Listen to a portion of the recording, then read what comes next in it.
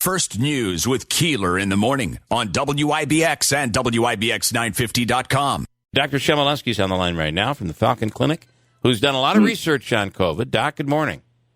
Good morning. How are you, Bill? Listen, I trust you. Tell me we're way out in left field, and I'll stop and go away. We're out in the cornfield. I'm not a psychiatrist, but I did spend some time at Holiday Inn. And you guys, in general, watching a radio program are way in left field, and that means I'm in good company. Well, we appreciate that. All right.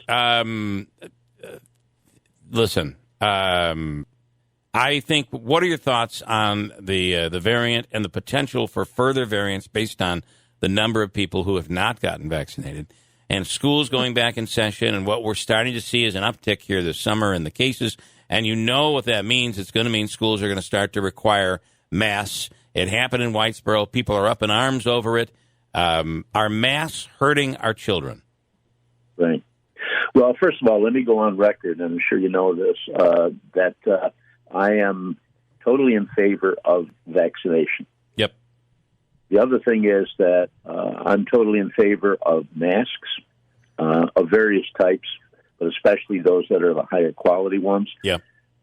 Our staff has been vaccinated. The other thing is that patients that come into our office at the Falcon Clinic that are required to wear masks. Our employees are required to wear masks on there. So I just want to go on record for that. Having said that, I don't think I'm really too smart in predicting in the summer there that we were probably going to be having another outbreak of the virus as we get into the fall and the winter months. Yeah. A lot of people saying that. And I'll tell you why I think that. First of all, I think the idea of having not just the United States, but having the world reach some fictitious level of herd immunity is not going to happen. That's the first thing. Yeah. There are too many difficulties in getting everybody vaccinated.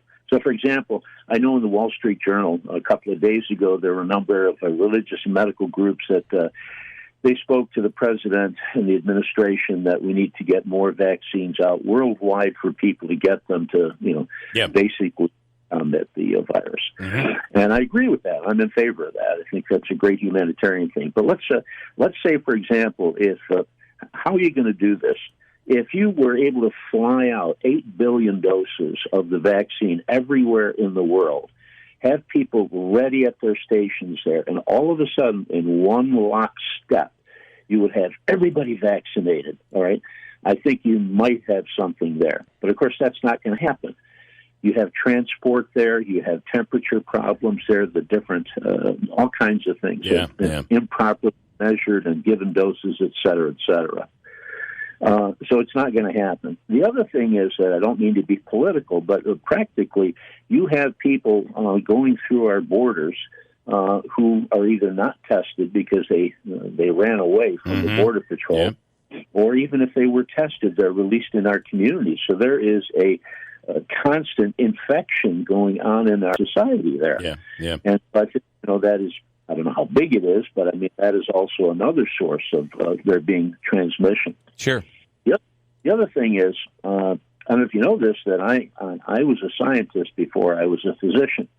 I was doing neurophysiology research on a graduate level at Cornell University, so I have some idea of how science works. First of all, science depends on what day or month or paper you're talking about. And at the end of any paper, they will tell you that further studies need to be done. Mm-hmm. There's very little in science that is concrete. So, science asks questions, and it tries to give you a probability of risk and benefit as to what's happening. But probably the best answer you can get when you ask a scientist about something, they'll look at you and they'll go, probably. That's going to be your answer. Yeah. Probably. Yeah. I think the biggest lie that we had, even early on, was that people were saying that we should follow the science. Okay? Well, follow the science is okay, but scientists, including the CDC and the NIH and so forth, they were not elected leaders.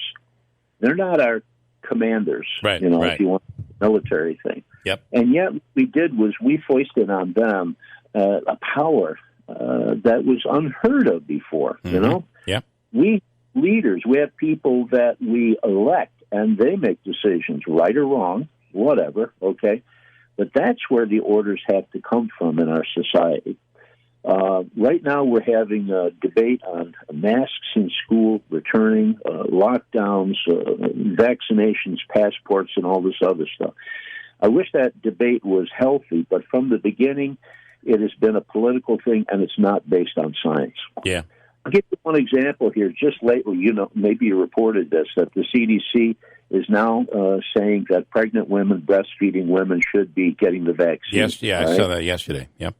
Yeah. Now, just to read one statement from the CDC, although pregnant women were not included in studies that led to authorization of COVID vaccine, in other words, there's no data.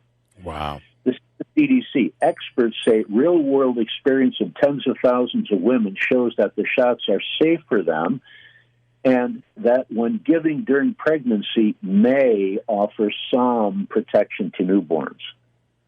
Now, how definitive is that? Yeah, very much not definitive. May offer some protection. Yeah. Okay. Now, that's not even science. That's just somebody pushing something. Right. All right. Right. Oh, now, as far as the virus there, the way I look at it, the virus is an alien. It came from somewhere. I don't know, either Wuhan or somebody's basement. I have no idea. Yep. That needs to be looked into. But to me, a virus borders between a dead thing, or non-living, and a living thing. You can actually take virus and you can dry it, and it becomes a powder, all right? If you reconstitute it in the right environment there, it becomes active and does things. So what is a virus? A virus, or any living thing, there are two basic things that it needs to have: survival and reproduction. And I think this alien, this COVID, has some degree of contact with itself. Now, I'm not talking about words in newspapers. That's silly. Yeah. But just, that trees communicate with each other, all right? Mm-hmm. Ecosystems, communicate on different levels. I'm just talking about information transfer. Mm-hmm. Virus, our enemy in the society, and I'm talking the world now, is going to find ways to insinuate itself into our biome. It wants to survive, and it wants to spread. I don't think it wants to kill all the world population, because if it does that, then it has nothing no to feed on. Yeah, right. Okay? I think it wants, I won't call it peaceful, but I think it wants coexistence with us. So what does it do? It attacks people, especially the elderly and people with other comorbid conditions early on. And now we've kind of blocked that because, we have vaccines and a few other things there. All right, so what does it do? It goes after the next level, which is 20 to 45-year-old. That's what it's doing. Those people, a lot have been vaccinated, at least in our country. Yeah.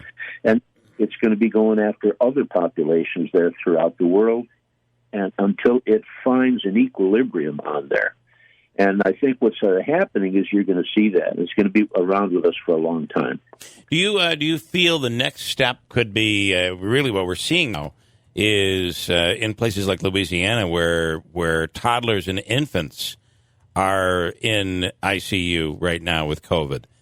So it finds it's going to progress or mutate to a point where it goes after a younger population.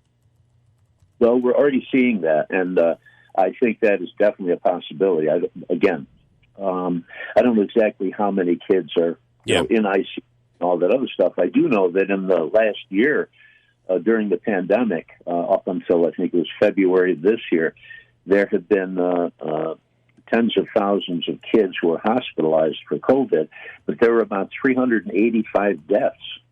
Mm-hmm. That's all. Right. Now, each death is, if it's your child, is horrible. Mm-hmm. And not minimize that. But if you look in terms of... That's a low number, a very low number.